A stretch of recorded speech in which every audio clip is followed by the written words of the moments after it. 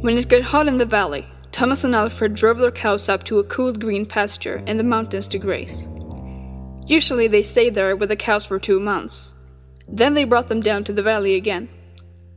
The work was easy enough, but oh, it was boring.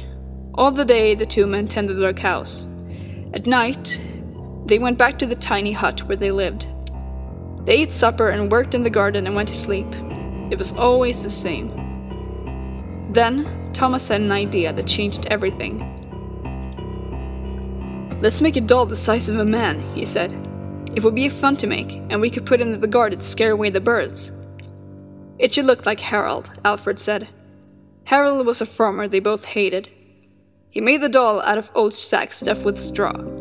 They gave it a pointy nose like Harold's and tiny eyes like his. Then they added dark hair and a twisted frown. Of course, they also gave it Harold's name. Each morning, on their way to the pasture, they tied Harold to a pole in the garden to scare away the birds. Each night they brought him inside so that he wouldn't get ruined if it rained. When they were feeling playful, they would talk to him. One of them might say, "How are the vegetables growing today, Harold?" Then the other, making believe it was Harold, would answer in a crazy voice, very slowly. They both would laugh, but not Harold. Whenever something went wrong, they took it out on Harold. They would curse at him, even kick or punch him. Sometimes one of them would take the food they were eating, which they were both sick of, and smear it on the doll's face.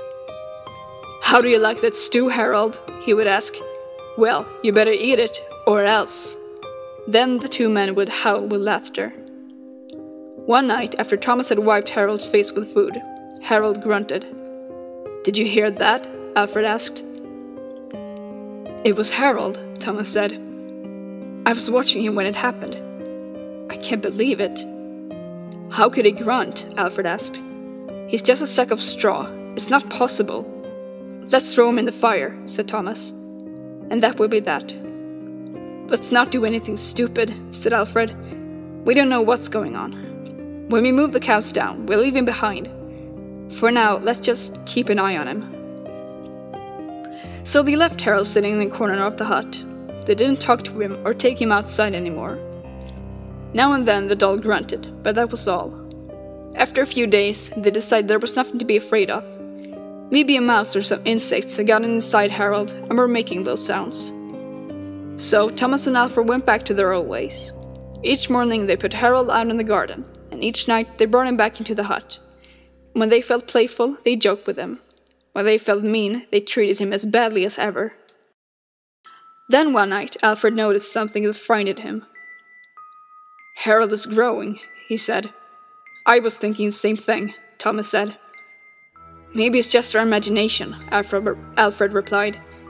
"We have been up here on this mountain too long."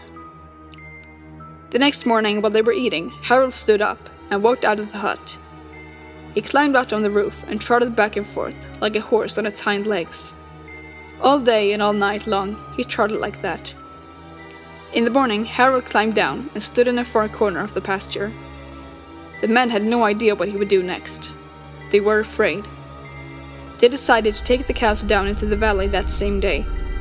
When they left, Harold was nowhere in sight. They felt as if they had escaped great danger and began joking and singing. But when they had gone only a mile or two, they realized they had forgotten to bring the milking stools. Neither one wanted to go back for them, but the stools will cost a lot to replace. "There really isn't anything to be afraid of," they told one another. After all, what could a doll do? They drew straws to see which one would go back. It was Thomas. "I'll catch up with you," he said, and Alfred walked on toward the valley. When Alfred came to a rise in the path, he looked back for Thomas. He did not see him anywhere, but he did see Harold.